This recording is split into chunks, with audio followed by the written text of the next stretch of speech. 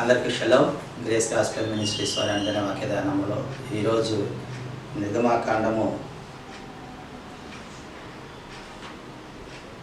29వ అధ్యాయము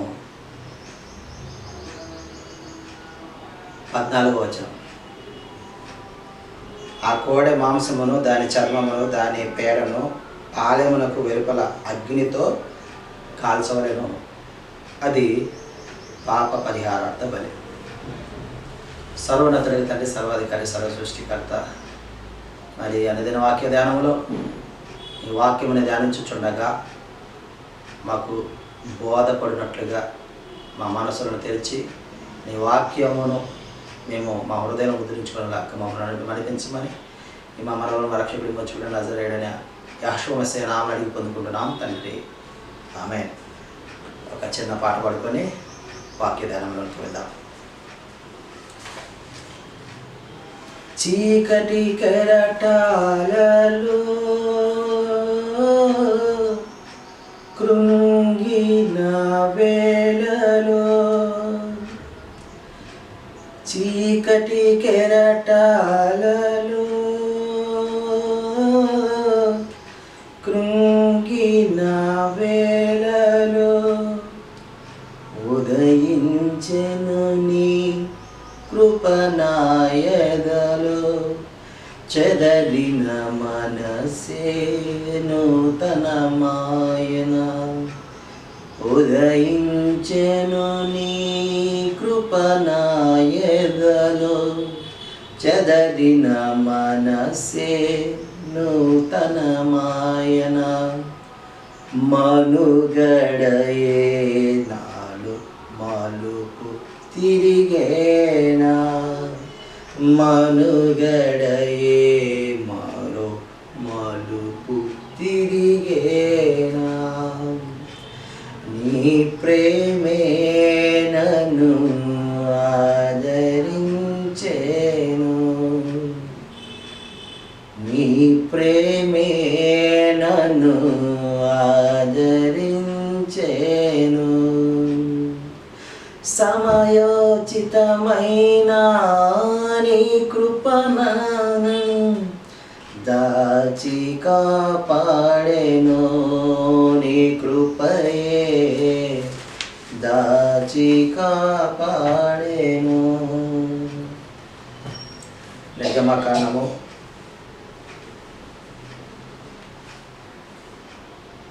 12వ వచనం నుంచి. నిర్గమకాండము 12వ వచనం.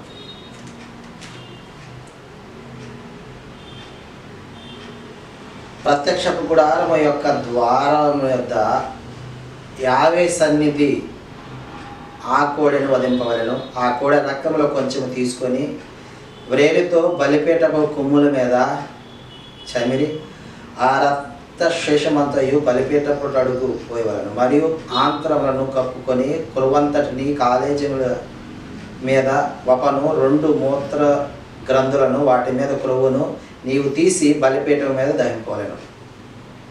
ఇది పాప పరిహారార్థ బలి గురించి కూర్చున్నది. మనము మందిరం ఏర్పాటు చేసిన తర్వాత అహరోను కుమారులను ప్రతిష్ఠించిన తర్వాత మొదటగా అర్పించవలసిన మరి అర్పణ పాప పరిహారార్థ అర్పణ బలి. మరి అలాంటి బలి ఏ విధంగా అర్పించాలి అనే విషయాలను కూడా మొదట కోడిదూడను ఆ ప్రత్యక్షపు గుడారము ద్వారము వద్ద మరి వధించి ఆ కోడికి దూడని అగ్నితో కాల్చివేయాలని మనకు తెలియజేస్తూ ఉన్నాడు. ఆ తర్వాత 2 పొట్టేళ్ళు, ఆ 2 పొట్టేళ్లను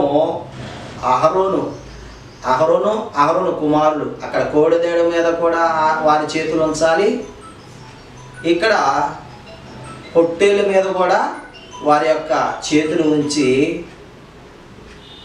చేతులు ఉంచగా నీవు ఆ పొట్టేలును వధించి దాని రక్తము తీసి బలి పీఠము చుట్టూ దాన్ని ప్రోక్షించాలి.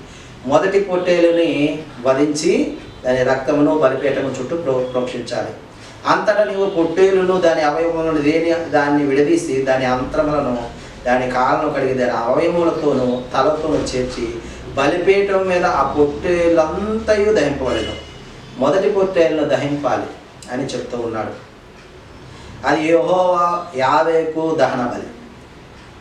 యావే ఇంపైన సువాసన గల హోమము, యావేకు సువాసన గల హోమము అని చెప్తున్నాడు.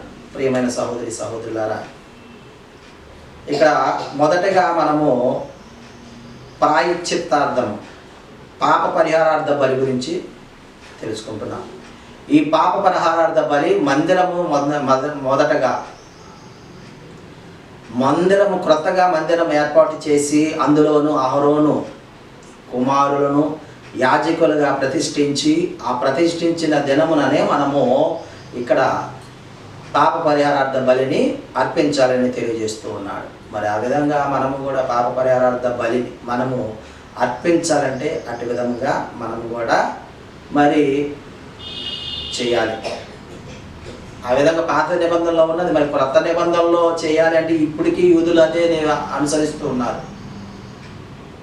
యెషువాను విశ్వసిస్తున్నటువంటి మనము మన హృదయాన్ని ఆయనకు ఆలయముకు కలిగి ఇచ్చిన మనము మనకు సంబంధించినంత వరకు ఈ బలి అర్పణలు, నీ హృదయము, నీ నోరు, నీ ప్రార్థన, ఇదే మనకు ఆయనకు అర్పించే బలిగా మనకు తెలియజేస్తున్నాడు.